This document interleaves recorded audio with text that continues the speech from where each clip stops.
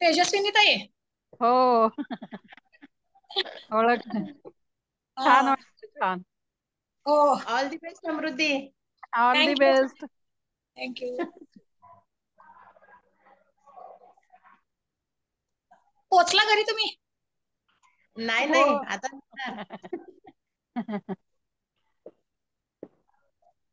हाय. अजून कुठं आहे, दवाखान्यात आहे काय? होय, होय. आता निघणार, जॉईन होते आणि मग निघते. कानाला लावायचं, ऐकत ऐकत जायचं. बरोबर. चलो.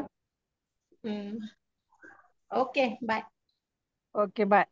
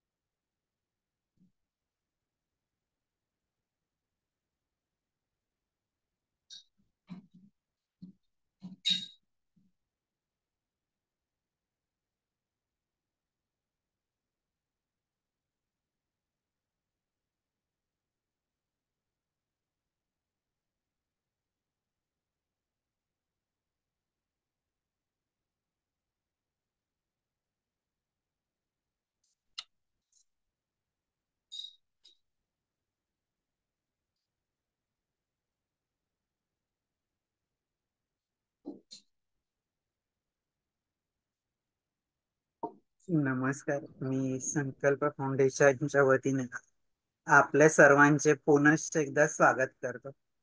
संकल्प फाउंडेशन गेल्या 11 वर्ष झाले महाराष्ट्रातील विविध भागात ऑनलाईन आणि ऑफलाईन स्वरूपात कार्यरत आहे. आमचं NGO महात्मा गांधीजींच्या खेड्याकडे चला आणि स्वामी विवेकानंद रामकृष्ण परमहंस यांच्या मानव सेवा हीच ईश्वर सेवा, जीवसेवा हीच ईश्वर सेवा या तत्वज्ञानाने काम करतोय. गेल्या 11 वर्षात आम्ही ग्रामीण विकास, पर्यावरण, शिक्षण, आरोग्य या विविध क्षेत्रात कार्यरत आहोत. गेल्या 11 वर्षात आम्हाला जे समाजासाठी काम करण्याची संधी मिळाली त्याबद्दल आमच्या NGO ला निश्चितच खूप अभिमान वाटत असतो. आमच्या NGO एक छोटीशी व्हिडिओ क्लिप मी तर शेअर करतो, मग आपण आजच्या कार्यक्रमाला सुरुवात करू.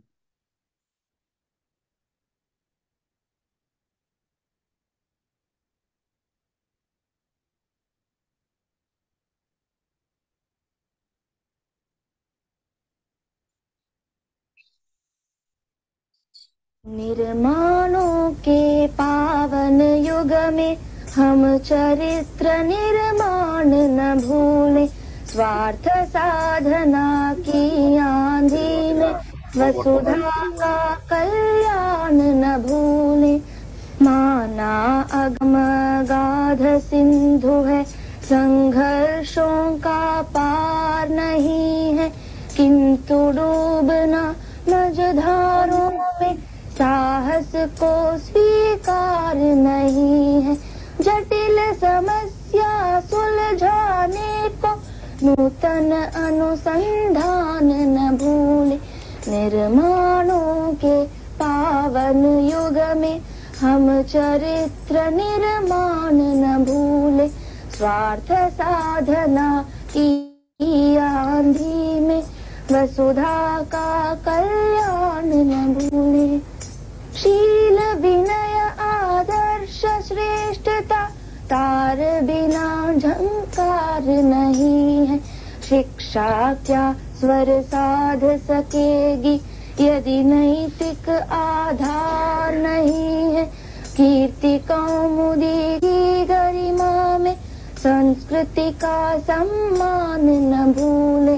निर्माणों के पावन युग में हम चरित्र निर्माण न भूले, स्वार्थ साधना की आंधी में वसुधा का कल्याण न भूले। आविष्कारों की कृतियों में यदि मानव का प्यार नहीं है, सुजन कोरोना काळात जेव्हा ऑगस्ट 2020 मध्ये आमच्या एनजीओने ऑनलाईन वेबिनार सिरीज सुरू केल्या, अगदी ग्रामीण विकासापासून तर स्पर्धा परीक्षा मार्गदर्शन यासोबत शेतीचे कृषी प्रक्रिया उद्योग असतील, शेतीच्या विविध पद्धती नैसर्गिक यौगिक यासोबत शेतकऱ्यांना उद्योग कसे मिळतील या संदर्भात मिलेट्स फार्मिंग वर पण आम्ही व्याख्यानमालेचे आयोजन केले ऑनलाईन. संपूर्ण महाराष्ट्रातून खूप छान प्रतिसाद आम्हाला लाभला. यासोबत त्या काळात कोरोना काळात खूप लोक मोबाईल आणि टीव्हीच्या स्क्रीनवर लागले होते, तर मुलांसाठी आणि पालकांसाठी देखील आम्ही कार्यशाळेचे आयोजन केले होते, की ज्यातनं खूप साऱ्या पालकांचा आणि विद्यार्थ्यांचा आम्हाला प्रतिसाद मिळाला. यासोबत आपले दैवत छत्रपती शिवराय असतील, डॉक्टर बाबासाहेब आंबेडकर, भगवान गौतम बुद्ध यासोबतच पाण्याची सुरक्षितता, आरोग्याची सुरक्षितता या विविध व्याख्यानमालेचे आयोजन आमच्या एनजीओ ने केलं. आज आपण ज्या व्याख्यानमालेसाठी जमलो त्याविषयी थोडक्यात सांगतो, नंतर आजच्या कार्यक्रमाला सुरुवात करतो. संवाद सारखी व्याख्यानमाला सुरू करण्यापूर्वी आमच्या एनजीओच्या सगळे डिरेक्टर्स लोकांनी विविध लोकांशी चर्चा केली, महाराष्ट्रातल्या, महाराष्ट्राच्या बाहेरच्या, आणि जे पण स्पेशलाइज डिसेबल व्यक्ती आहे तर त्यांच्यासाठी आपण नवीन काय करू शकतो यासाठी चर्चा केली. अनेक लोकांशी चर्चा केल्यानंतर आमच्या मुख्य मार्गदर्शिका भावनाताई विस्तुते यांनी केलेल्या मार्गदर्शनानुसार 15 ऑगस्ट 2022 ला मी या व्याख्यानमालेची सुरुवात केली. याचा मुख्य उद्देश जे पण स्पेशलाइज डिसेबल व्यक्ती आहे तर त्यांचा जीवन प्रवास ऐकून घेण्यासाठी, कारण त्यांना त्यांच्या जीवनात रोजच खूप संघर्ष असतो. तो संघर्ष करताना ते त्यांच्यातल्या कमी ओळखून त्यावर मात करत आपल्या जीवनाचं बॅलन्सिंग कसं करतात, यासोबत ते इतरांसोबत जुळवून कसं घेतात, जगासोबत आपल्याला सिद्ध कसं करतात, कधी कधी स्पर्धा करून इतर नॉर्मल लोकांसोबत राहून त्यांच्या पुढे जाण्याचा प्रयत्न करतात. आतापर्यंत जेवढे महानुभाव इथं आले प्रत्येक जण युनिक आहे, त्यांच्या क्षेत्रात मास्टर ब्लास्टर आहे.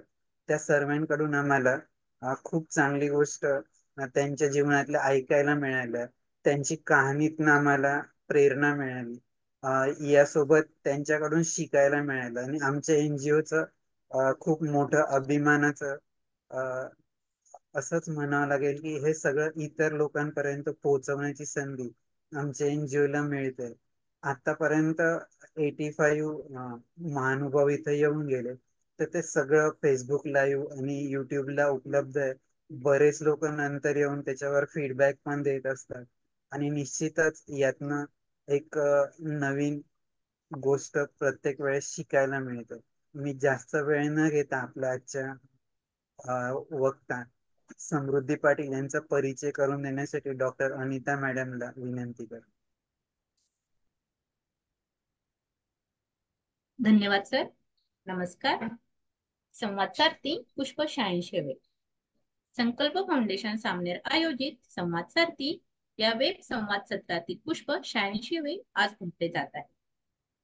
संवाद सारथी या वेब संवाद सत्रातील 86 पुष्प गुंफण्यासाठी आपल्या अपंगत्वावर मात करत प्रशासकीय क्षेत्रात आपले वेगळे स्थान निर्माण करणाऱ्या कोल्हापूर येथील विक्री कर निरीक्षक माननीय समृद्धी प्रकाश पाटील मॅडम आज आपणास वक्त्या म्हणून लाभलेल्या आहेत.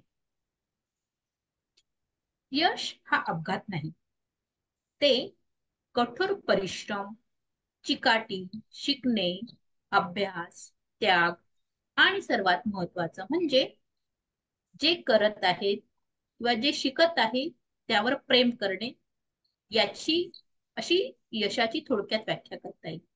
तर असेच यश, घवघवीत यश मिळवणाऱ्या आज आपल्या वक्त्या आहेत, समृद्धी मॅडम आहेत.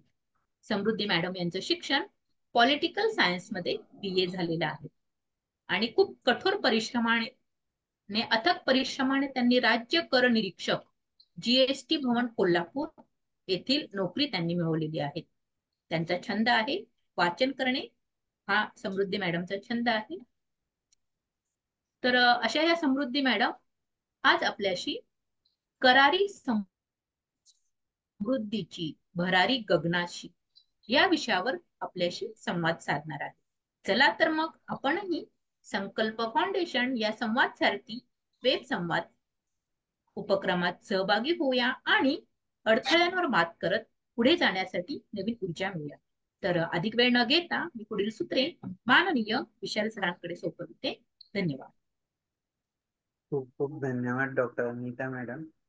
मी आमच्या NGO कडून आपल्या सर्वांना श्रीरामनवमीच्या शुभेच्छा देतो आणि आपल्या आजच्या वक्त्या समृद्धी मॅडम यांना विनंती करतो की त्यांनी त्यांचा जीवन प्रवास आमच्या सोबत शेअर करा. Welcome madam.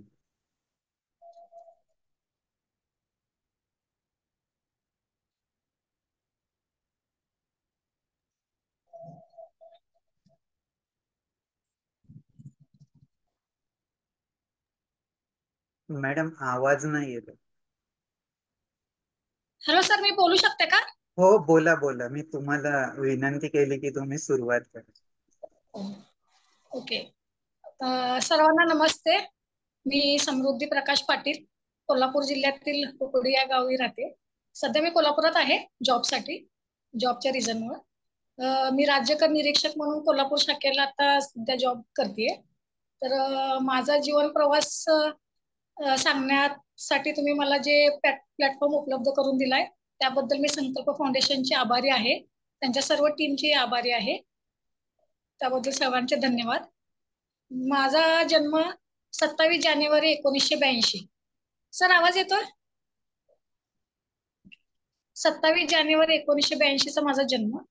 त्यानंतर मी पुण्यात थोडे वर्ष राहिले. माझे शिक्षण पुण्यात. त्यानंतर कोल्हापूरला मी माझ्या स्वतःच्या गावी आले. माझे वडील जॉब निमित्त पुण्याला असल्यामुळे माझं थोडं शिक्षण पुण्याला झालं. त्यानंतर मी गावात रुकडीमध्ये संभाजीराव माने गर्ल्स हायस्कूल या शाळेत शिकले. तिथं मला शिक्षणाची खूप जास्तच आवड निर्माण झाली, कारण की आमचे शिक्षक, आमच्या सोबत असणारे माझे मित्र मैत्रिणी खूप कोऑपरेटिव्ह होत्या. पुण्यामध्ये पण होत्या, पण त्यावेळेला समजत नव्हतं की बाबा आपल्याला कोण सहकार्य करते कोण नाही करते. फक्त शिक्षण एवढंच माहित होतं. पण इकडे गावी आल्यानंतर बऱ्याच गोष्टी शिकायला मिळाल्या की प्रत्येक गोष्ट कशी असते माणसाच्या जीवनामध्ये, कशा अडचणी असतात, एकमेकाला सोबत कशी असते, शेजारचे आपले काय असतात, आपले नातेवाईक काय असतात, हे लांब राहिल्यामुळे मला काही माहितीच नव्हतं.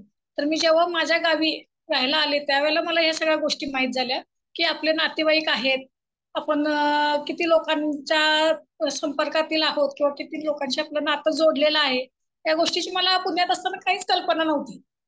त्यानंतर पुन्हा रुकडीत माझं शिक्षण झालं. माझे मित्रमैत्रिणी, शिक्षक यांचं मला खूप चांगलं सहकार्य मिळालं. माझी आजी रुकडीमध्ये माझे काकांचं हॉस्पिटल आहे, तर तिथं नर्स म्हणून खूप वर्ष तिनं काम केलं. तर मलाही सवय होती की तिच्यासोबत जाऊन हॉस्पिटलमध्ये बसायची. स्कूलमधनं आल्यानंतर बसायची. तिथं मी वेगवेगळे प्रसंग लोकांचे बघितले. कुणाकडं येता आलं पेशंट येतात, कुणाकडे पैसे असतात, कुणाकडे नसतात, कोण काही उसनं घेऊन करत असतं, प्रत्येकाच्या काहीतरी वेगवेगळ्या अडचणी असतात. मला खूप विचित्र वाटायचं की प्रत्येकाच्या पाहिजे तसा अडचणी वर मात करता येत नाही. कुणाला पैसे असून प्रॉब्लेम सॉल्व्ह होत नाहीत, तर कुणाला पैसे नाहीत म्हणून प्रॉब्लेम सॉल्व्ह होत नाही. तर असं त्यावेळेलाच मला वाटायला लागलं की आपण मेडिकल क्षेत्रामध्ये काहीतरी करावं आपलं स्वतःच, की आपण लोकांना मदत करू शकू, त्यांच्या उपयोगाला पडू या दृष्टीने. तर या सगळ्या गोष्टीपर्यंत माझी 10वी झाली. त्यानंतर मी 11वी सायन्सला ऍडमिशन घेतलं. 11वी माझी पूर्ण झाली. मला मेडिकललाच जायचं असल्यामुळं त्यावेळेला नुकतीच सीईटीची एक्झाम वगैरे डिक्लेअर झाली होती. तर त्यामध्ये खूप चांगले मार्क मिळाले तरच सीट मिळेल, आणि सीट मिळाली तरच गव्हर्नमेंट सीट मिळाली तरच मी माझं शिक्षण पुढे पूर्ण करू शकते.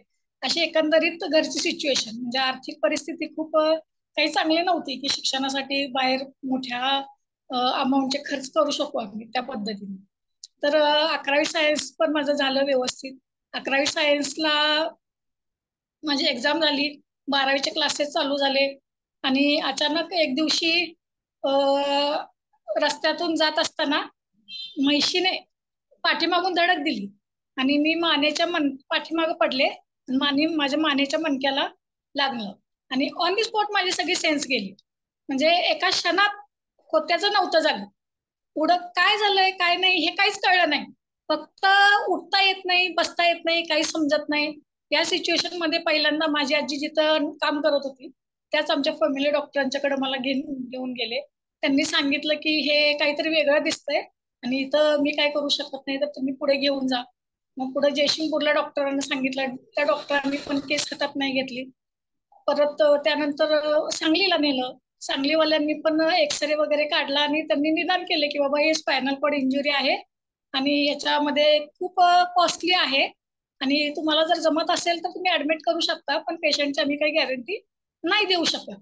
तरी त्यांनी जी भरण्यासाठी अमाऊंट सांगितली होती ते काही आमच्या ह्याच्यात नव्हती. त्यामुळं मग त्यांनी सजेस्ट केलं की तुम्ही मिशनला घेऊन जावा.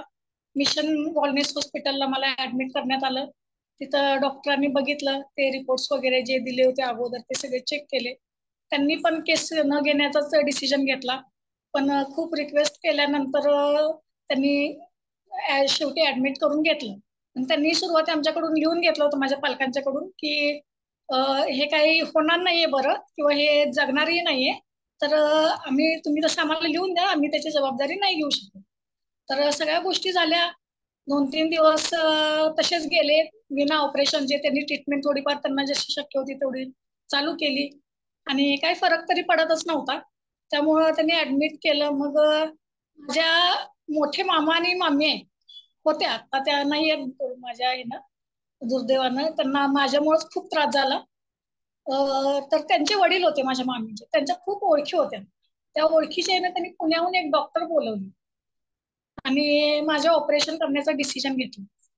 जितके पैसे लागत होते तितके त्यांनी स्वतः भरले. त्या आजोबांनी, आम्ही त्यांना बापा म्हणायचो, तर त्यांनी भरले. आणि जोपर्यंत माझं ऑपरेशन होत नाही तोपर्यंत ते रात्रंदिवस हॉस्पिटलमध्येच बसून होते. त्यांनी त्या डॉक्टरांना सोडलंच नाही की जोपर्यंत ऑपरेशन होत नाही तोपर्यंत तुम्ही जायचंच नाही, तुमची जी काही फी असेल ते आम्ही देऊ, पण तुम्ही इथून जायचंच नाही. त्या डॉक्टरांच्या म्हणजे केबिन बाहेरच बसून राहिले. शेवटी डॉक्टरांनी डिसिजन घेतला, लिहून घेतलं की बाबा काही ऑपरेशन करताना झालं तरी याला मी जबाबदार नाही राहू शकणार.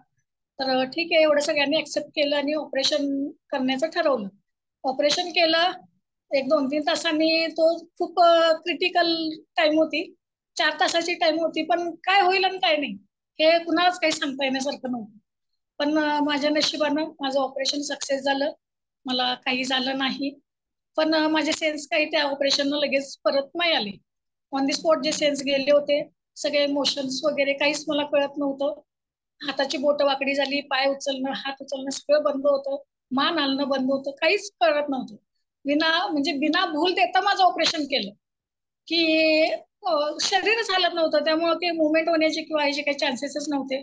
तर त्यांनी न भूल देताच माझं ऑपरेशन केलं. ऑपरेशन सक्सेस झालं. त्यानंतर 2-4 दिवसांनी ते ट्रॅक्शन वगैरे लावलं जेणेकरून मान माझी व्यवस्थित होईल किंवा ऑपरेशन सक्सेस झालं, याचे रिझल्ट काहीतरी आपल्याला चांगले येतील. साधारणतः 21 दिवसात त्यांनी सांगितलं होतं की बाबा थोडीफार काही सेन्स आले, काही मुवमेंट झाली तर काहीतरी पॉझिटिव्ह साईन आहे.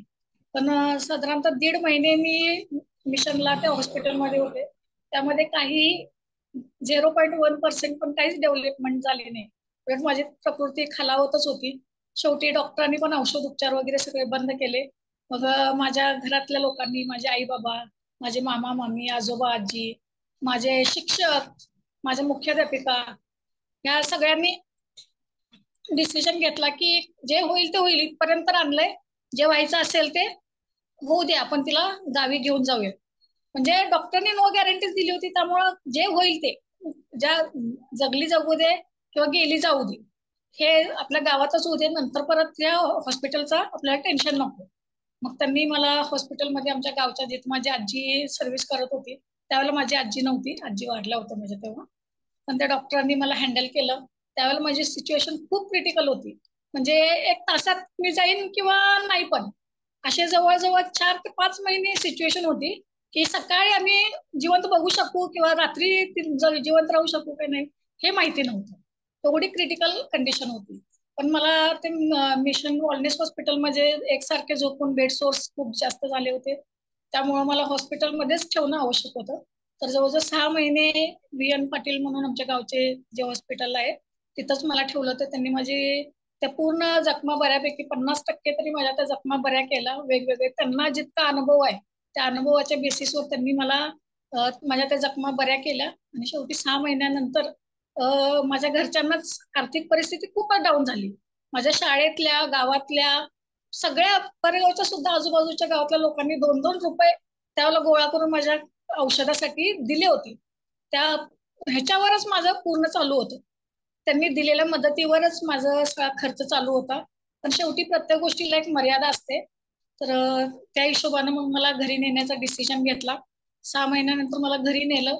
घरी नेतानाही सिच्युएशन तीच होती. बरं होण्याचे चान्सेस नव्हतेच जवळजवळ. पण तरी पण आता खर्च पेलत नाहीये. तर जितकं शक्य आहे तेवढं घरी करूयात या हिशोबाने मला घरी नेण्यात आलं. जवळजवळ 8 ते 9 महिन्यानंतर मी माझ्या घरी आले होते. वॉटर बेडवर मला झोपवलेलं होतं. काही हालत नव्हतं. डोक्यात, पाठीला, हाताला, पायाला सगळीकडे जखमा होत्या. सकाळ दिवसात 3 टाइम माझे आई बाबा जे अवेलेबल होईल ते सगळेजण ड्रेसिंग करण्यासाठी मदत करायचे. डॉक्टर घरी यायचे. खूप म्हणजे खूप युरिन मोशनचं काही कळत नव्हतं. बऱ्याच अडचणीचा सामना करावा लागला. शेवटी घरी आल्यानंतर मग आयुर्वेदिक औषध करण्याचं ठरवलं, जे कोणी काही सांगेल ते.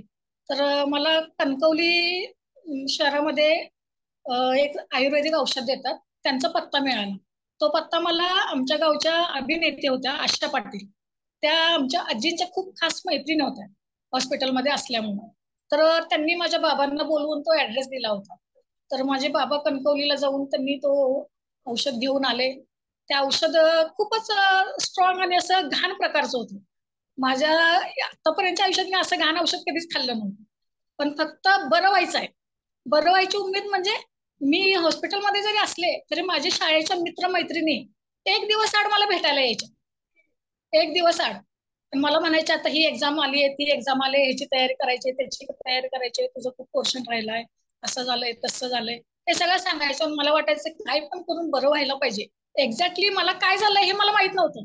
मी यातून उठणार नाही किंवा उठण्याचे चान्सेस खूप कमी आहेत हेही मला माहित नव्हतं. फक्त उठायचं एवढंच माहित होतं. पण कसं, काय, कधी ह्याची काय गॅरंटीच नव्हती. त्यामुळे खूपच एकीकडे नर्वसनेस पण यायचं आणि असे कोणतरी येऊन माझ्या जवळचे येऊन गेले तर मला उत्साह यायचा. आणि ह्या दोन्ही ह्याच्यामध्ये माझं औषध उपचार, माझं हे सगळं चालू होतं. असे जवळजवळ 3 वर्ष गेले. असंच आज उद्या, आज बरं वाटेल, उद्या बरं वाटेल, असं होईल तसं होईल. 3 वर्षानंतर मला थोडंसं मोशन वगैरे कळायला लागलं. त्यानंतर मग थोडे एक्सरसाइजने, त्या आयुर्वेदिक औषधाने मला थोडेसे सेन्स आले. सेन्स आल्यानंतर मग माझ्या घरच्यांनी घरीच व्यायामावर खूप जोर दिला. त्यामुळे माझ्या जखमा जरा थोड्या लवकर भरून आली. मग त्यामुळं मग उठून थोडं भिंतीला टेकवून बसवणे, हे करणे, ते करणे, काही राहत नव्हतं, बसता येत नव्हतं. पण ते धरूनच बसायचे. मग थोडा वेळ का होईना, मला खूप चक्कर यायची, मला बसता येत नव्हतं, काहीच करता येत नव्हतं. त्यामुळं ते खूप असं लहान बाळाला सांभाळल्यासारखं ते मला सांभाळायचे. कोणी आलेले पाहुणे सुद्धा तसंच. आम्हाला काय कमी पडलं केलं, माझे मामा मामी, आजी आजोबा, काका, हे सगळे माझे आजूबाजूचे शेजारचे माझे जे काही काका काकू चुलत वगैरे असतील ते सगळे आम्हाला पुरवायचे, सगळे आम्हाला कोऑपरेट करायचे, सगळे करायचे. पण रिझल्ट कुणाला दिसेल असं काहीच नव्हतं. त्यामध्ये निगेटिव्ह बोलणारे पण खूप होते की बाबा हे जगणार नाही तर याला औषध देऊन संपून टाका, कशाला तिचा हाल करताय, वगैरे वगैरे, असे निगेटिव्ह थॉट पण आमच्यापर्यंत खूप पोचले. पण घरच्यांनी तसं कधी केलं नाही, त्यांना तसं कधी वाटलंही नाही. आणि जवळजवळ 6-7 वर्ष अशीच निघून गेली. त्या दरम्यान असं मला पुस्तकं वगैरे वाचण्याचा छंद झाला. माझे एक पणजोबा होते, त्यांना धार्मिक पुस्तकं वाचण्याची खूप सवय होती. त्यामुळे ते मला त्यांच्या जवळची पुस्तकं आणून द्यायची. आणि ते धार्मिक असल्यामुळं थोडंसं वाटायचं की बाबा काय आपल्याला हे का आलंय, ह्याला आपण कसं फेस करायचं आहे, अशा थोड्या गोष्टी होत्या. त्यामध्ये एक होतं की आपले पूर्वजन्माचे किंवा काहीतरी अडचणी असतात जे आपल्याला फेडाव्या लागतात. माझा विश्वास बसत नव्हता, पण ठीक आहे, एक एनर्जी मिळत होती. आपल्याकडनं काहीतरी चुका झाल्या त्याची आपल्याला शिक्षा असेल तर मान्य आहे, पण ती शिक्षा असेल तर ती शिक्षा भोगली पाहिजे आणि यातून आपण पुढे गेलं पाहिजे. मी त्या गोष्टीला पॉझिटिव्हच घेतलं. निगेटिव्ह होतं की पॉझिटिव्ह तर मला माहित नाही, पण मी ते पॉझिटिव्हच घेतलं. आणि असं मला शिक्षणाची म्हणजे वाचनाची आवड लागली. नंतर माझी बहीण आणि भावाचं कॉलेज झालं होतं. बहीण माझी मामांच्याकडेच इतका काळ होती. माझा ऍक्सिडेंट, त्याच्या अगोदरही ती मामांच्याकडेच होती, पण माझा ऍक्सिडेंट झाल्यानंतर पण तिचं 10वी पर्यंत शिक्षण माझ्या मामांच्या गावीच झाले. त्यानंतर ती तिकडे शाळा नसल्यामुळे 11वीला आमच्या गावी आली. मग तिला ऍडमिशन माझ्या कॉलेजमध्येच घेतलं आम्ही. मग माझा पुन्हा कॉलेजचे संपर्क थोडा जास्त यायला लागला. अगोदरही संपर्क होता 8-9 वर्ष, पण तिच्या ऍडमिशन घेण्यामुळे तो जास्त आला, कारण की ती माझी बहीण आहे म्हटल्यानंतर रोज माझा विषय काही ना काही निमित्तानं त्यांच्याकडे यायचं.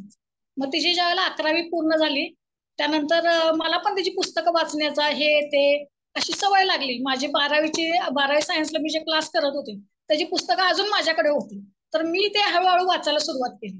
मग मला त्यातनं काहीच मिळणार नव्हतं, पण जास्त वेळ जाऊ दे, डोक्यात काहीतरी यायला नको या हिशोबानं मला ती पुस्तक मी वाचायची. शेवटी माझ्या बाबांना वाटलं की बाबा ही एवढं वाचायला लागलंय, हे करायला, तर हिला काय परीक्षा द्यायला येईल काय, असं आपण एकदा विचारूयात तरी. म्हणून माझ्या बाबांनी शाळेत जाऊन माझ्या सरांना एका विचारलं की असं असं ती वाचते, हे करते, ते करते, तिच्या लक्षात पण चांगलं राहतं, तर तिला काय एक्झाम वगैरे देता येईल काय, तिची त्यातनं प्रगती पण होईल. म्हणजे पुस्तक वाचायला जसं मी चालू केलं तसं माझ्या हाताची मुवमेंट वाढली, बसण्याचा स्टॅमिना वाढला. मी खाली जमिनीलाच टेकून बसायचं, व्हीलचेअर मी कधीच कॅरी केली नाही. मला वाटायचं की मला करायचंय, उभं राहूनच मी चालणार, मला व्हीलचेअरवर बसायचंच नाही. तोपर्यंत माझंही असंच होतं. शेवटी मग माझी बहिणीच्या आहे ना, मला एक्झामला सरांनी येऊन मला भेटले, तुझी इच्छा आहे का, तू करशील का, पण तुला सायन्सला ऍडमिशन नाही घेता येणार कारण की त्याला असिस्टंट लागतो, हे लागतं ते लागतं.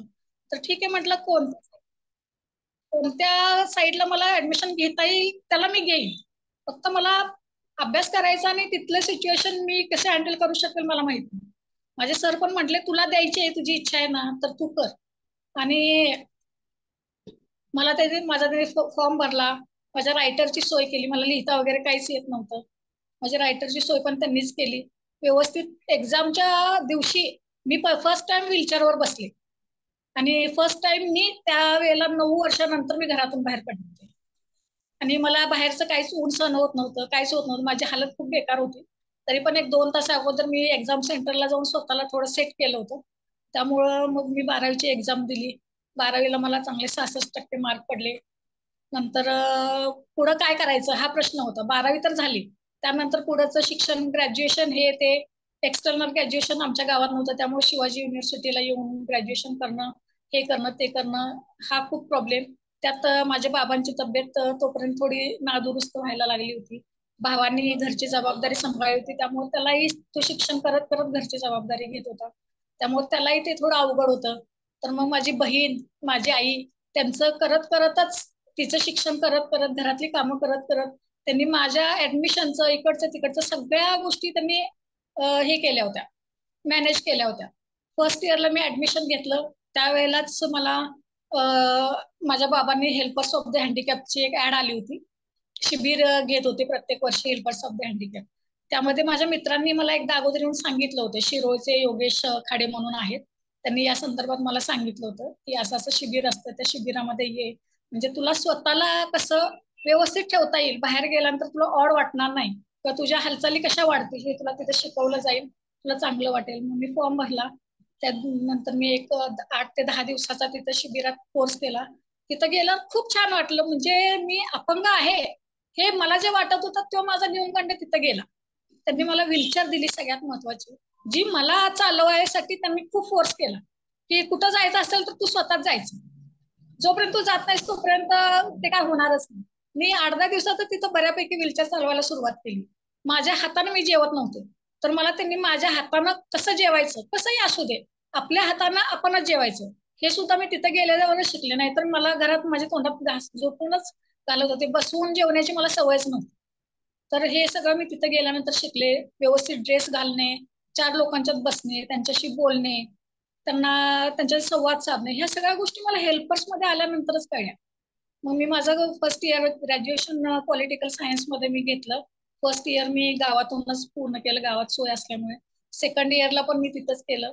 थर्ड इयरला गावात सोय नव्हती, त्यामुळे मी हेल्पर्स मध्ये येऊन एक्झाम दिली.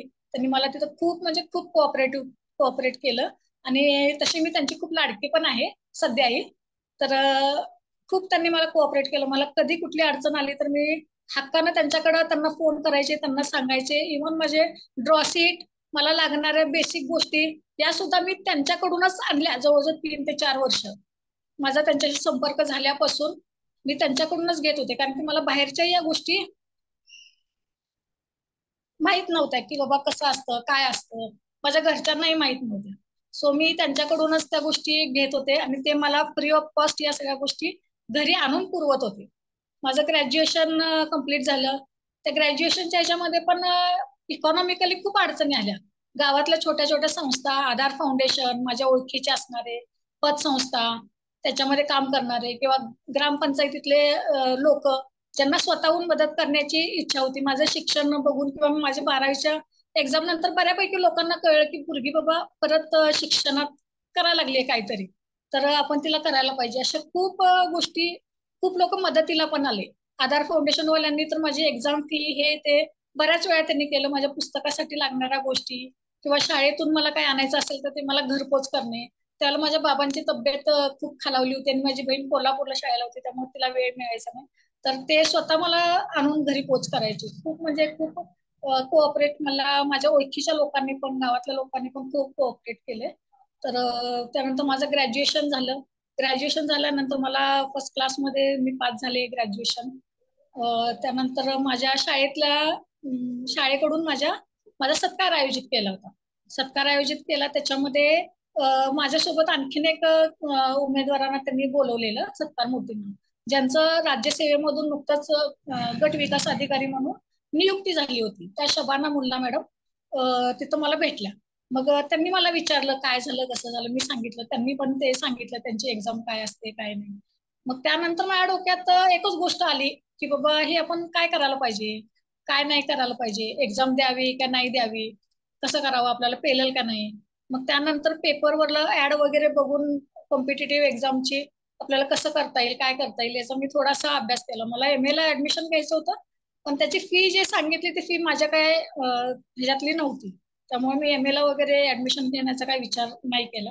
तर मी एक वर्षभर साधारणतः माझ्या ह्याच्यावरच जितकं मला समजतंय त्या हिशोबावर मी कॉम्पिटिटिव्ह एक्झामचा अभ्यास सुरू केला.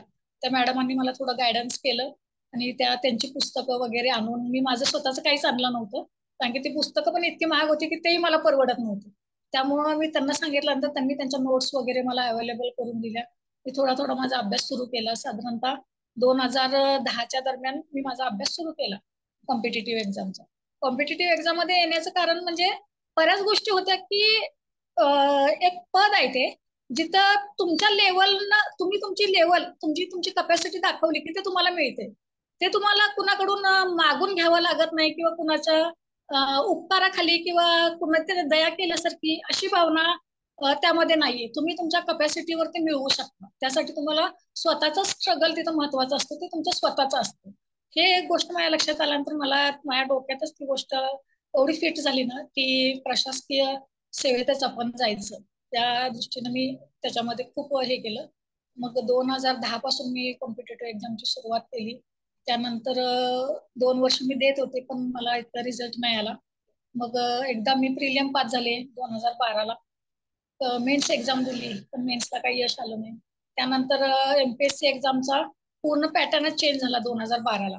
तर मला त्यात ग्रीप पकडणं काही लवकर शक्य झालं नाही. त्यामुळं मी ती गोष्ट थोडी स्किप केली. की म्हटलं बाबा याच्यात आपण पूर्ण जोपर्यंत माहिती घेऊ शकत नाही तोपर्यंत आपण नाही त्याला एवढं हे करू शकत. कारण की ती एका ऍट अ टाइम मध्ये एका इयर मध्ये 3 एक्झाम क्रॅक करावं लागतात, प्रिलियम, मेन्स आणि इंटरव्ह्यू. जर क्लास 1 आपल्याला व्हायचं असेल तर, नाहीतर क्लास 2 असेल तर प्रिलियम आणि मेन्स. जर नाही झालं तर परत न्यू स्टार्ट करावी लागते. जर आपला अभ्यास स्ट्रॉंग नसेल तर आपण त्यामध्ये टिकणं अवघड आहे. आणि जर नाही टिकलं तर नैराश्यामध्ये आपण परत नको त्या गोष्टी नको व्हायला, तर आपण पूर्ण तयारी केल्याशिवाय त्या गोष्टीमध्ये पडायला नको असं मी थोडंसं स्वतःलाच ठरवलं. त्यानंतर मग मी MSCITचा क्लास केला. MSCITचा क्लास केल्यानंतर मी टॅलीचा क्लास केला. टॅलीचा क्लास केला त्यावेळेला मला काहीतरी स्वतःसाठी 2 पैसे मिळवता येतील. ऍटलिस्ट माझ्या पुस्तकाचा वगैरे खर्च मी करू शकेन. घरच्यांवर त्याचा लोड पडणार नाही. कारण की त्यावेळेला भाऊ आणि आई याच्यावरच सगळी जबाबदारी होती आणि चालवणं पण खूप अवघड होतं. वडील आजारी होते, बहिणीचं पण शिक्षण होतं, ती पण थोडी मदत करायची घरामध्ये, पण त्या गोष्टी पुरेशा होत नव्हत्या. मग मी दीदींना सांगितलं, नसीमा दीदींना, हेल्पर्स ऑफ द हँडीकॅप. तर दीदींनी मला टॅलीचं माझी एक्झाम झाल्यानंतर मला एक कम्प्युटर PC अवेलेबल करून दिलं, जेणेकरून मी घरात बसून अकाउंटिंगची वगैरे कामं करू शकेन. त्या कामासाठी पण मी 2 वर्ष खूप फिरले, खूप लोकांना भेटले. काम द्यायला पण लोक तयार होती.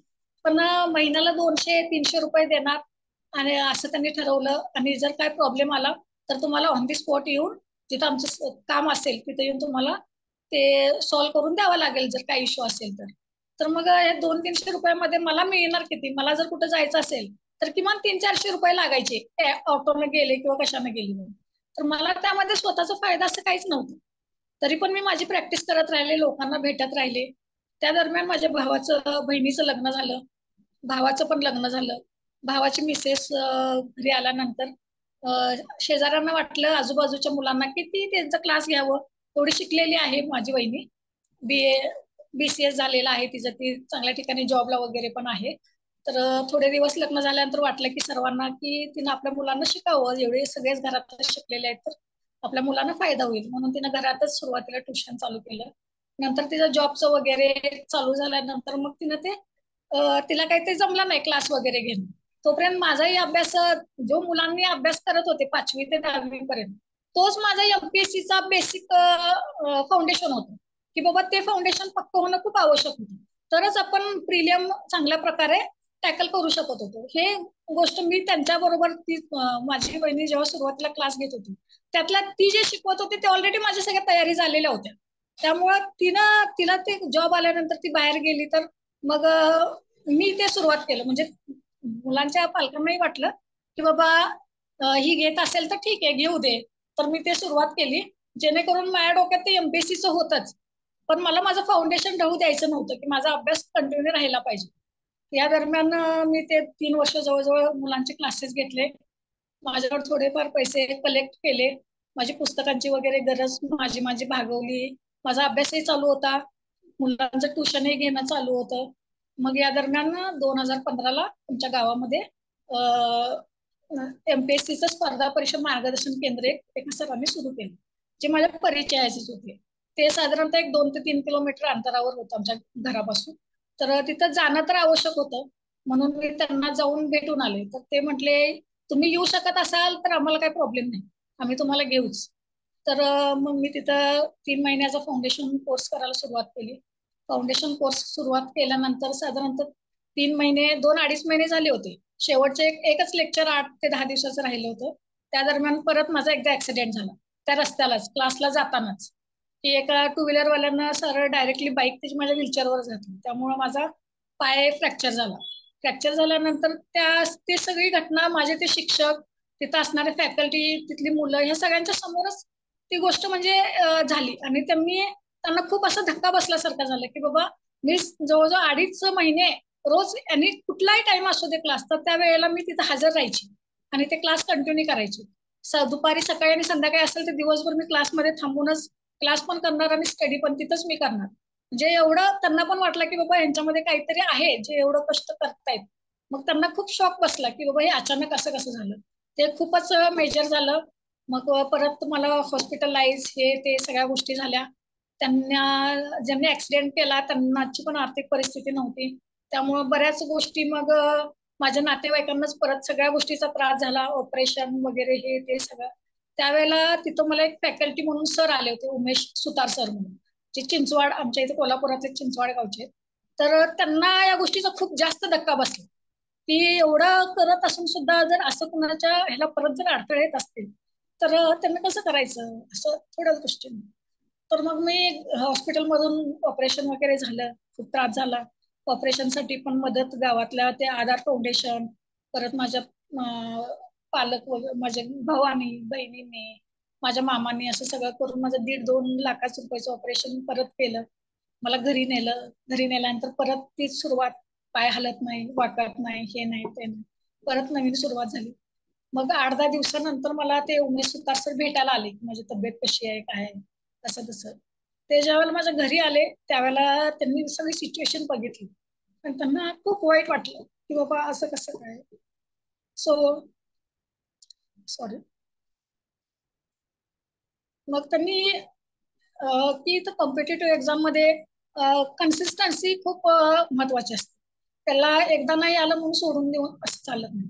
तर ह्यांना चांगल्या ठिकाणी, ह्यांना कायम यांचं यश हातात येईपर्यंत त्यांना कोणीतरी मदत करेल ह्या हिशोबाने काय करता येईल काय म्हणून त्यांनी खूप प्रयत्न केले. म्हणजे मी जितका अभ्यास करत होते त्यापेक्षा जास्त त्यांनी प्रयत्न केले की माझा अभ्यास कंटिन्यू राहावा, की मला कुठल्याही परिस्थितीत मी माझ्या पायावर उभी राहिली पाहिजे. त्या दृष्टीने त्यांनी ते व्याख्यान करणारे, त्यांना व्याख्यान करतात ते. बरंच कॉम्पिटेटिव्ह एक्झामचे क्लासेस पण घेतात. त्यांच्या बऱ्याच ओळखी होत्या, तर त्यांच्या फ्रेंड सर्कलला त्यांनी सांगितलं. बऱ्याच ठिकाणी त्यांनी केलं, पण त्यांनाही इतका पॉझिटिव्ह रिझल्ट येत नव्हता. तर मग असेच मी जैन समाजाला बिलॉंग करते. तर असंच त्यांना एका व्याख्यानमालेत कळलं की जैन समाजाचे एक साधू आहेत, चंद्रप्रभ सागर म्हणून. तर ते असे शिक्षणासाठी मदत करतात असं त्यांना कुणीतरी सांगितलं. तर त्या सरांनी ते उमेश सुतार सरांनी कुठून त्यांचा पत्ता शोधून काढला आणि म्हणजे आमच्या गुरूंना, आता सध्या आम्ही त्यांना म्हणजे आमच्या ह्याच्यात गुरु म्हणतो, त्यांना जाऊन ते भेटले आणि त्यांनी सगळी एकंदरीत सगळी सिच्युएशन सांगितली, म्हणजे सुरुवातपासून आता त्यावेळेच्या सिच्युएशन पर्यंत सगळी गोष्ट सांगितली. तर त्यांनी ऐकून घेतले, पण त्यांना काही रिस्पॉन्स दिला नाही. त्यामुळे त्यांनाही वाटले की नेहमीप्रमाणे ह्यांनी पण आपलं ऐकून घेतलं, पण ह्यांच्याकडून आपलं काही मिळेल असं नाही वाटत. सो त्यांनी मला येऊन सांगितलं की, त्यामुळे तोपर्यंत ते मला दीदी म्हणायला लागले. माझ्या छोट्या भावासारखं माझी सगळी छोटी मोठी कामं काय आठवणीनं ते करायला लागले. त्यांना म्हणजे वाटतच नव्हतं की बाबा मला काय अडचण आली की त्यांना लगेच कळायचे आणि ते हजर व्हायची, एवढी गाढ नातं निर्माण झाल्यासारखं झालं. तर शेवटी मग एक 8 ते 10 दिवसानंतर आम्हाला त्या गुरूंच्याकडून निरोप आला की तुम्ही एकदा येऊन भेटा. मग आम्ही त्यांना भेटायला गेलो. भेटायला गेल्यानंतर मग तिथं परत त्यांनी आमचे सगळे इंटरव्ह्यू वगैरे घेतला. इंटरव्ह्यू म्हणजे एकंदरीत माहिती वगैरे कसं झालं, काय झालं, या गोष्टी सगळ्या विचारून घेतल्या आणि परत सांगतो म्हणून त्यांनी आम्हाला पाठवलं परत. त्यानंतर मग आम्ही घरी आलो. आम्हाला थोड्या होप्स होत्या पण नव्हत्या पण, कारण की त्यांच्याकडे शिक्षणासाठी UPSC MPSC ला ज्या मुली होत्या त्या सगळ्या चांगल्या होत्या, त्याच्यामध्ये डिसेबल असं कोणी नव्हतं. तर मला त्याच्यामध्ये पाठवणं कम्फर्टेबल होईल का नाही, काय होईल या गोष्टीचा थोडासा प्रॉब्लेम होता. त्यामुळं त्यांनी आम्हाला लवकर निरोप दिला नाही. तर मग परत सगळ्या गोष्टी आमच्यामध्ये एक हेरल्याचे, कोल्हापूर जिल्ह्यातच हेरले म्हणून गाव आहे, तिथले एक सुहास कोरेगावे सर म्हणून आहेत. त्यांचा त्या गुरूंशी खूप चांगला परिचय, कारण की ते त्यावेळेला CEO होते, मुख्य कार्यकारी अधिकारी म्हणून त्यांची निवड झाली होती. त्याच्या अगोदरही त्यांनी खूप पोस्ट काढल्या होत्या. त्यामुळे ते आमच्या गुरूंच्या चांगल्या संपर्काचे होते. आणि जे उमेश सुतार होते ते ह्यांचे सुहास कोरेगावेकरांचे जवळचे मित्र होते. तर त्यांनी त्यांच्याकडेही तो निरोप दिला होता की त्यांना सांगितलं होतं असं असं आहे आणि यांना आपल्याला मदत करायची आहे, तर काय होऊ शकेल. तर त्या संदर्भात ते पण प्रयत्न करत होते. शेवटी त्या गुरूंच्याकडे गेल्यानंतर त्यांना गुरूंनी सांगितलं की अशी एक केस आमच्याकडे आलेली आहे आणि तर तुम्हाला काय माहिती आहे का. तर त्यावेळेला ते कोरेगावे सर आमच्या घरी येऊन गेले होते. त्यांनी एकंदरीत परिस्थिती बघितली होती.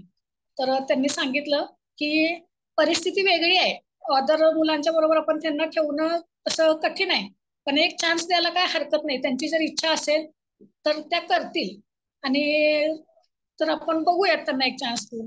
तर मग आम्हाला तिकडून पॉझिटिव्ह रिझल्ट आला. मग 2015ला साधारणतः मी पुण्याला गेले. माझी खूप इच्छा होती की माझ्या अभ्यासात व्यत्यय न येता मला कुठेतरी व्यवस्थित ठिकाणी अभ्यासाची सोय व्हावी आणि ते वातावरण असावं की कॉम्पिटेटिव्ह एक्झाम करणारेच तिथं असतील, अशी माझी खूप इच्छा होती. आणि माझी इच्छा जवळजवळ सत्यात आल्यासारखं झालं. मला खूप म्हणजे खूप आनंद झाला, मी सांगूच नाही शकत. मग त्यानंतर जायचं तर फिक्स झालं, पण घरी कोण राहणार. घरी त्यावेळेला माझे बाबा वारले होते. माझा भाऊही जॉब निमित्त दादा आणि बहिणी बाहेर परगावी असायचे. बहिणीचं लग्न झालं होतं, त्यामुळे घरी कोण थांबणार. आम्ही जर गेलो, आमचं डिसिजन किती योग्य आहे किती अयोग्य आहे आम्हाला याची काहीच आयडिया नव्हती. साधारणतः 1 वर्ष 2 वर्ष तरी मला पाहिजेत असा हिशोब माझा होता की 2 वर्ष तरी मला पाहिजेत की मी काहीतरी रिझल्ट येईल माझा. तर एवढं 2 वर्ष कोण राहणार. तर मग माझी आजी आणि माझ्या आईची मावशी म्हणजे मोठी आजी, त्या दोघींनी आम्हाला खूप, आणि माझी एक काकू आहे, त्या काकूंनी खूप सपोर्ट केला. म्हटले तुला जायचं आहे ना तर जा, पाठीमागचं जे काय असेल ते आम्ही बघतो, यापर्यंत त्यांनी सांगितलं. त्यानंतर मग मला थोडासा रिलॅक्स झाले की बाबा ठीक आहे, आपण ऍटलीस्ट जाऊ तर शकतो, पुढे जे होईल ते बघता येईल. तर मग मी जून मध्ये पुण्याला शिफ्ट झाले. तिथं बाकीची सगळी मुलं खूप, तिथं पण चांगले कोऑपरेटिव्ह मिळाले, सगळे चांगले होते. 4थ्या मजल्यावर आम्हाला त्या गुरूंच्याकडून असं आहे की ते मुलांच्यासाठी फ्लॅट अवेलेबल करून देतात. त्यांचा शिक्षणाचा खर्च, त्यांचा जेवणा खाण्याचा खर्च, पुस्तकाचा खर्च सगळे अवेलेबल करून देतात. मुलांनी फक्त अभ्यास करायचा, एवढंच त्यांचं असतं. आणि असं हॉस्टेल वगैरे असं काही नाहीये त्यांचं. तर ते जितकं मुलांसाठी शिक्षणासाठी किती कोऑपरेट करता येईल तितकं करतात ते. विद्या सन्मतीदार सेवा संस्था अशी त्यांनी संस्था काढलेली आहे, जिथं UPSC MPSC साठी ते प्रमोट करतात. सगळ्या स्पर्धा परीक्षा, इंजिनिअरिंग, मेडिकल, जे काही कुणाची काही इच्छा असेल त्यांना जितकं शक्य असेल तितकं ते प्रयत्न करतात. मग मी पुण्याला गेले, जवळजवळ 2015ला मी पुण्याला गेले. 16च्या दरम्यान माझी पहिल्यांदा प्रिलियम क्रॅक झाली. मी मेन्स दिली पण काय आलं नाही. 2017 ही असंच गेलं. प्रिलियम दिली, मेन्स दिली, राज्यसेवेची दिली, ते पण नाही झालं. 18ला तर माझ्या हँडिकॅपसाठी जागाच रिझर्व नव्हत्या, त्यामुळे मी कुठलीच एक्झाम दिली मी, पण एक्झाम काय क्रॅक होण्याचा प्रश्नच नव्हता. तर 2019ला मी एक्झाम दिली. त्यामध्ये माझं मंत्रालयीन क्लर्क म्हणून नियुक्ती झाली 2019च्या एक्झामला. तोपर्यंत कोरोना आल्यामुळे 2 वर्ष तरी माझं हे पुढे गेलं, जॉईनिंग वगैरे. त्यानंतर हे कोरोना जरी असला तरी माझा अभ्यास कंटिन्यू होता, कारण की मला क्लास 2 किंवा क्लास 1 या दोन्हीपैकी काहीतरी हवं होतं. पण आता माझ्याकडे जे होतं मंत्रालयीन क्लार्क हे क्लास 3चं होतं. तर मला अभ्यास कंटिन्यू ठेवायचाच होता आणि माझ्याकडं वेळच होता की मी ते करू शकेन. त्यामुळे मी पूर्ण माझा वेळ त्यासाठी दिला. जानेवारी एप्रिल 2022ला माझं जॉईनिंग आलं मुंबई महानगरपालिका, मुंबई कलेक्टर ऑफिसला. मी क्लर्क म्हणून जॉईन झालं, मला तिथं पहिली पोस्टिंग मिळाली. तर मी मुंबईला जाऊन ते जॉईन केलं. त्यानंतर एक डिसेंबरच्या दरम्यान माझे सहाय्यक कक्ष अधिकारी, मी ज्या एक्झाम अगोदर दिल्या होत्या त्याचे रिझल्ट आले. सहाय्यक कक्ष अधिकारी म्हणून मंत्रालयातली मला क्लास 2ची पोस्ट मिळाली. त्यानंतर मी मंत्रालयात 1-1.5 वर्ष काम केलं. आणि त्यानंतर STA ची एक्झाम पण मी क्रॅक केली होती त्या दरम्यानच, आणि त्याची पोस्टिंग मला इथं कोल्हापूरला मिळाली. त्यामुळे मी आता सध्या इथं कोल्हापुरात राज्य कर निरीक्षक म्हणून कोल्हापूर ऑफिसला जॉब करतेय. तर एकंदरीत खूप अडचणीचा आणि खूप ह्याचा प्रवास होता. पण खूप लोकांनी रिजेक्ट पण केलं, खूप लोकांनी तेवढा सपोर्ट पण केला. आपण जर पॉझिटिव्ह असेल आणि आपल्याला करण्याची जर इच्छा असेल तर आपल्याला पॉझिटिव्ह लोक भेटतातच, त्यात काय वाद नाही. अडचणी वर मात करण्यातच खरी मजा असते, त्याला जीवन म्हटलं जातं. अडचण आली म्हणून गोष्टी सुटत नाही. त्या एकंदरीत या सगळ्या प्रवासामध्ये ज्यावेळेला मी स्टडीला सुरुवात केली, दीदींनी सपोर्ट केला, गावातल्या लोकांनी सपोर्ट केला. मला जितके लोक ओळखत होते त्यांनी कधीच माझा तिरस्कार केला नाही. त्याच्यामध्ये पाठीमागं नावं ठेवणारी पण होती, पण पुढे नावं ठेवण्याची कोणाची हिंमत नव्हती. त्यामुळं ते असे प्रसंग जरा कमीच आलेत. आणि माझी 12वीची वगैरे एक्झाम झाल्यानंतर तर त्या गोष्टी बऱ्यापैकी कमी झाल्या, की बाबा असं कुणालाही काय कमी लेखण्याचा कुणालाही अधिकार नसतो हे बऱ्यापैकी लोकांना कळलं होतं. त्यामुळं तेही नंतर कोऑपरेट करायला लागले. असं एकंदरीत माझा प्रवास आतापर्यंत आहे. आता मी व्हीलचेअरवरच असते, मला अजून उठता वगैरे नाहीयेत. माझी आईच माझं सगळं करते. आता मी आणि माझी आईच कोल्हापूरला आहोत, दोघी जण. माझे बाबा नाहीयेत आता, माझे मामा मामी पण आता नाहीयेत. माझे आजोबा वारले, माझे काका वारले. चांगल्या गोष्टी घडत होत्या, तसं ट्रॅजेडी पण होत होती. माणसंही मी गमावत होते, दुसरीकडे नवीन माणसं जोडायचीही होते. पण गेलेल्या माणसांचं तर खूप हेच आहे, कारण की ते माझ्या त्रासामुळं किंवा माझ्या ह्याच्यामुळं एक खंत आहे. सो तुम्ही मला इथं बोलण्याची संधी दिलीत त्याबद्दल मी तुमचे आभारी आहे. धन्यवाद.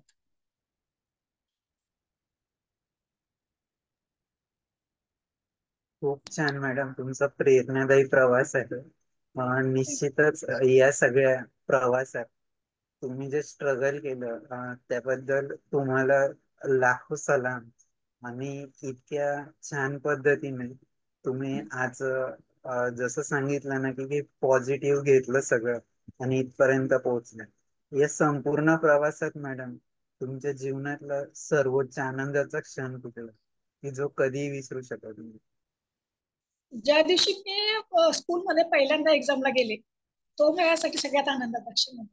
ती एक नवीन सुरुवात होती माझी. त्यात जर मी यशस्वी झाले नसते तर सगळ्या गोष्टी स्टॉप होणार होत्या. खूप त्यामुळे तो माझ्यासाठी खूप मोठा होता. खूपच छान. अगदी त्याच्या विरुद्ध मॅडम की या सगळ्या जीवन प्रवासात अगदी वेदनादायी घटना की जी कधीच विसरू शकत नाही. वेदनादायी घटना म्हणजे ज्या वेळेला माझे काका गेले त्यावेळेला मला त्या गोष्टीची कल्पनाच नव्हती की माझे काका गेले. मला खूप दिवसांनी ह्या गोष्टी कळल्या की आता माझी व्यक्ती माझ्यामध्ये नाही.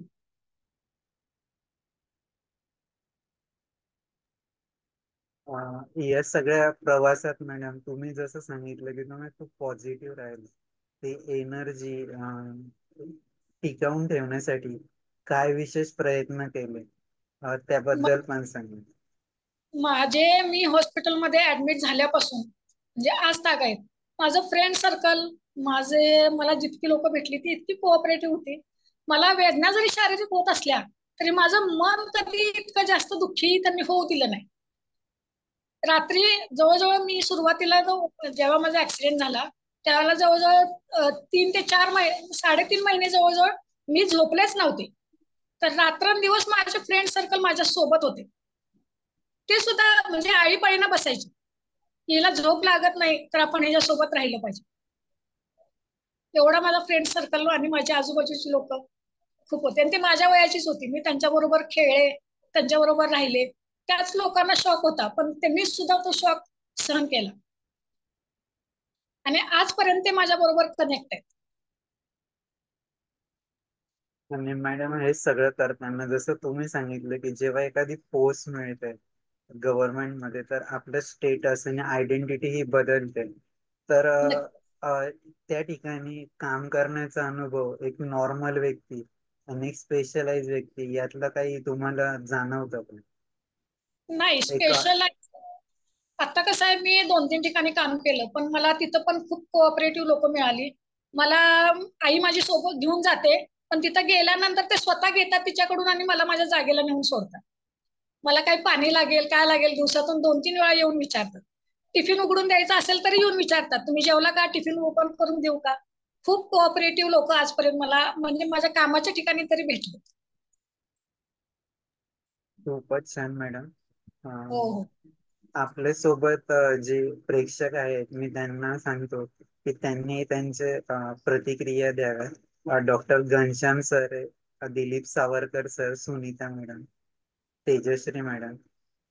तर अनम्यूट करून बोला doctor Anita madam.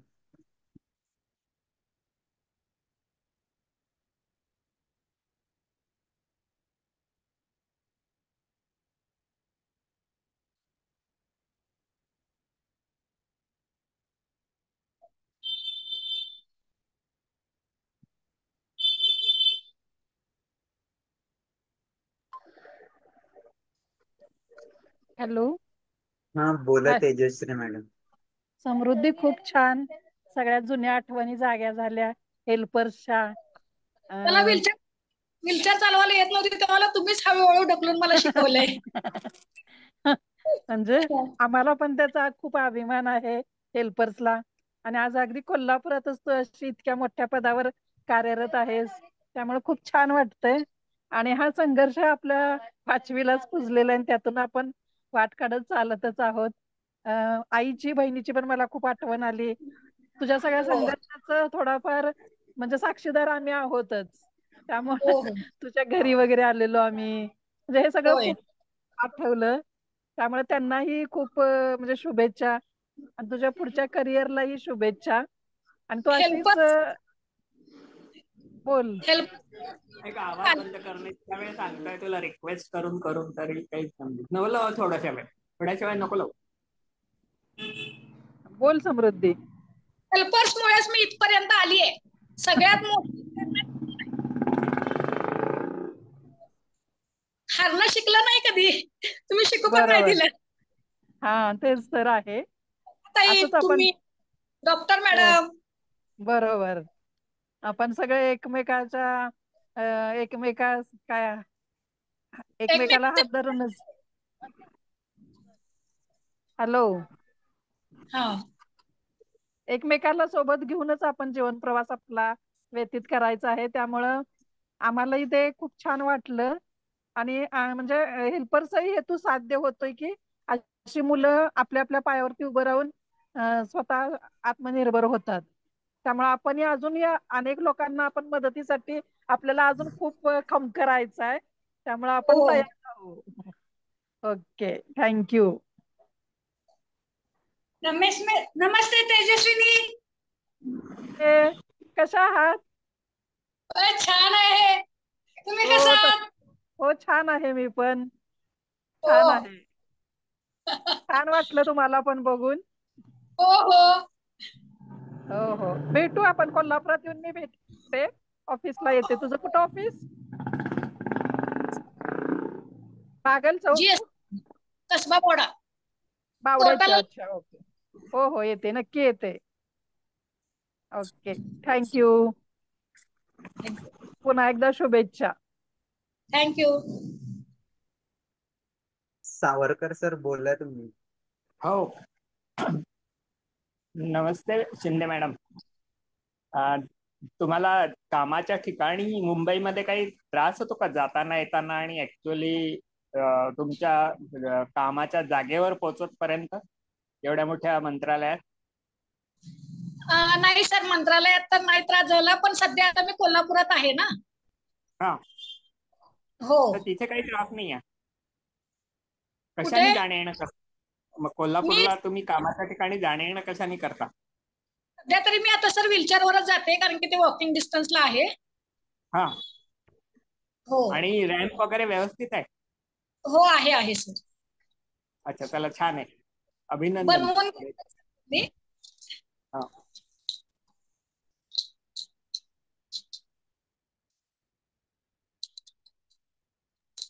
Doctor Ghanshyam sir, doctor Sunita madam बोला. हा, नमस्ते सर. हा, समृद्धी, खूप छान बोललीस. अगदी नॉन स्टॉप मस्त एक्सप्रेस तुझी सुरू होती.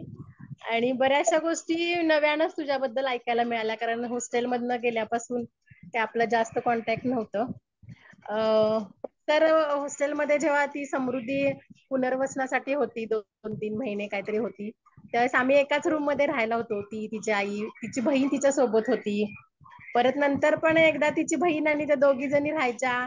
तिच्या बहिणीला आणखीन एक वेगळ्या व्यक्तीची जबाबदारी दिली होती सांभाळण्यासाठी वगैरे असं. तर त्यावेळेस पण मी बघितलं तिला जवळून. तिचा भरपूर खरंच स्ट्रगल खूप हे आहे.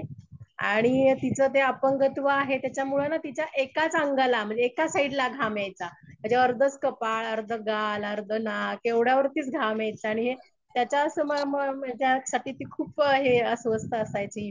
खूप प्रयत्न करायचे त्याच्यासाठी, किती गोष्टींवर कंट्रोल करायचं, खाणं पिणं सगळ्या गोष्टींवरती. आणि तिची आई तर अक्षरशः सावलीसारखी तिच्या बरोबर असते. आणि खरंच सगळ्यात जास्त श्रेय तिच्या आईचंच आहे. ती आतापर्यंत त्याची तर पोहोचली आहे तिथपर्यंत. आणि तिला पण चांगली लोक मिळाली. आणि ती पण स्वतः खूप गोड आहे स्वभावानं, बोलकी आहे, त्यामुळं सगळ्यांच्यात पटकन मिसळून जाते. आणि आता जे काही तो पोस्ट क्लास 1 क्लास 2 काय आहे तुझी, तर त्याच्याबद्दल तुला शुभेच्छाच, कारण ते मला पण आत्ताच समजलं तुझं हे सरांनी पाठवल्यानंतर. आणि अजून पण मोठ्या मोठ्या काही पोस्ट असतील, काय परीक्षा असतील तर देत राहा, मोठी मोठी होत राहा आणि खूप प्रगती कर. सगळे काय तुझ्या अशा अपेक्षा असतील ना, त्या सगळ्या तुझ्या पूर्ण होत. आणि त्यासाठी तुला खूप खूप शुभेच्छा. थँक्यू.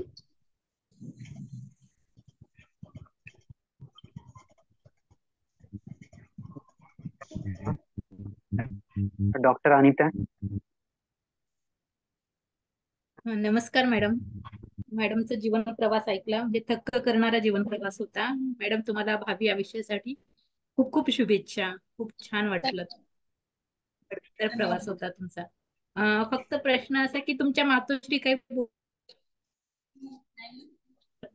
काय बोलू म्हटलं? शकतील का? काय हा, होतील का?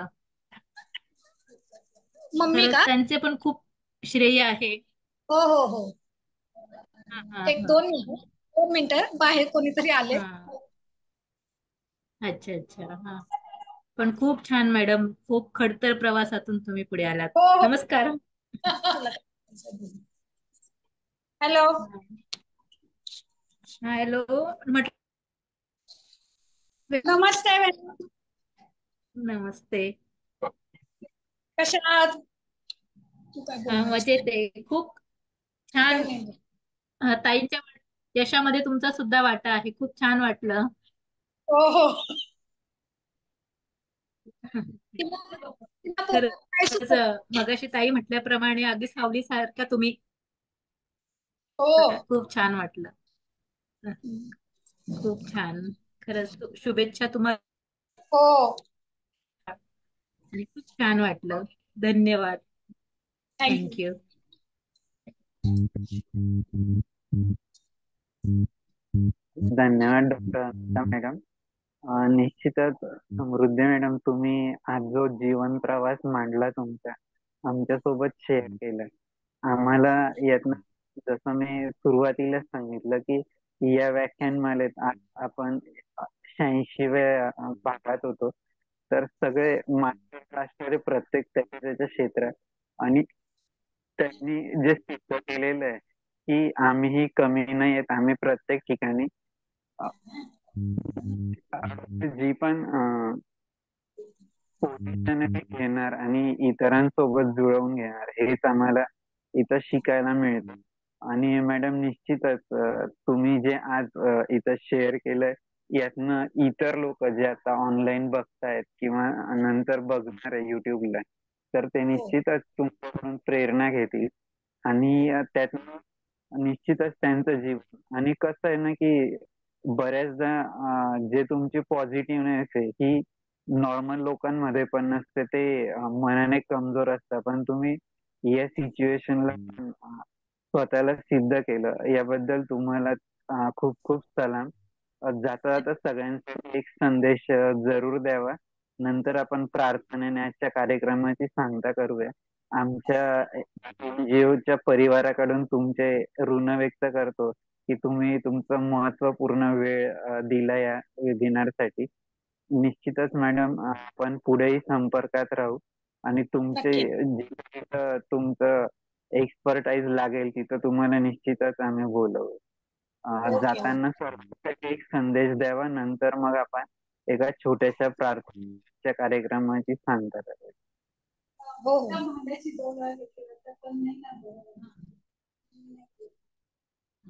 हॅलो. हा, बोलू शकते सर. हो, बोला ना मॅडम, बोला. संदेश म्हणजे अडचण ही खरी संधी असते.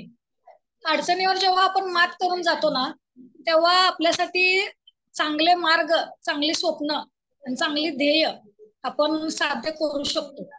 अडचणीला संधी म्हणूनच ज्यावेळेला आपण पुढे जातो, त्यावेळेला आपल्याला हरण्याची किंवा माघारी फिरण्याची गरज नसते, असं मला वाटतं.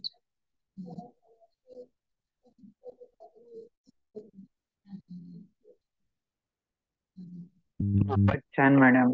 आणि निश्चितच तुम्हाला तुमचे परिवाराने, तुमचे नातेवाईक, तुमचे जे वेल विशर्स आहे आणि विविध NGO जी मदत केली, त्यामुळे तुम्ही उभे राहू शकलात आणि आज ह्या पोझिशन पर्यंत पोहोचलात.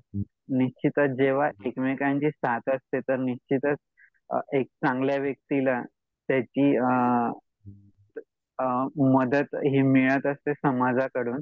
आणि खरोखर ती व्यक्ती पण त्या पद्धतीची असते. जसं तुम्ही प्रत्येक ठिकाणी सिद्ध केलं की मी कमी नाहीये, मी प्रत्येक गोष्टीत माझ्या स्वतःकडून जितकं देता येईल ते देणार. आणि त्यामुळे जेव्हा समाजाला अशी व्यक्ती मिळते, तर निश्चितच समाजाकडून पण खूप साऱ्या पद्धतीने मदत मिळत असते. ती मदत ही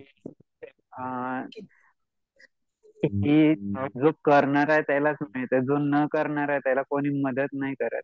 आणि तुम्ही जे सांगितलं की प्रत्येक ठिकाणी तुम्ही स्वतःच्या स्किल डेव्हलप करत गेल्या. कोल्हापूरला गेलं शिबिरात, तिथं स्वतःच न्यूनगंड काढून नवीन उभारी घेतली. अगदी पहिली परीक्षा आफ्टर ऍक्सिडेंट पास आउट करून दाखवली. तर हे सगळं स्ट्रगल आहे आणि निश्चितच त्यातनं तुम्ही सिद्ध करत गेले की मला पण काहीतरी स्वतःला सिद्ध करायचंय या समाजात, या सोसायटीत. आणि आज त्याचं यश तुमच्या पदरात आहे. तुमच्या भावी आयुष्यासाठी खूप खूप शुभेच्छा.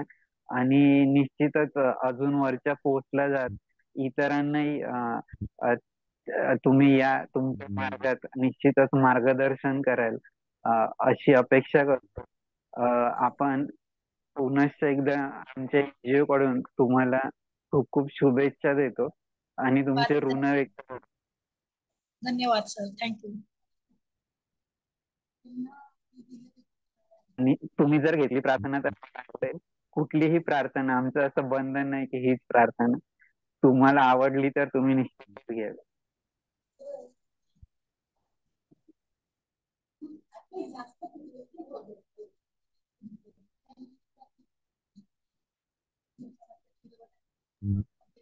मॅडम घेताय तुम्ही प्रार्थना? नाही सर, आता नाही होत. ठीक आहे. एक छोटीशी प्रार्थना की जी सर्वांसाठी आहे. चालेल.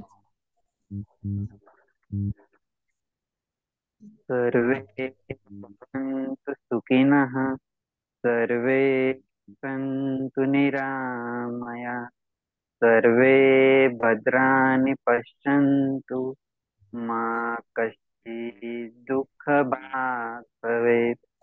ओम शांती शांती शांती. खूप खूप धन्यवाद सगळ्यांचे. मॅडम तुमचे पुनश्च एकदा ऋण व्यक्त करतो. आपण निश्चितच पुढे संपर्कात राहूया. नक्की आणि नक्की सर. हे सगळं जीवन प्रवास इतर लोक निश्चितच यातनं प्रेरणा घेत अशी अपेक्षा करतो. तुम्हाला भावी शुभेच्छा देऊन आजच्या या कार्यक्रमाची सांगता करतो. खूप खूप धन्यवाद मॅडम.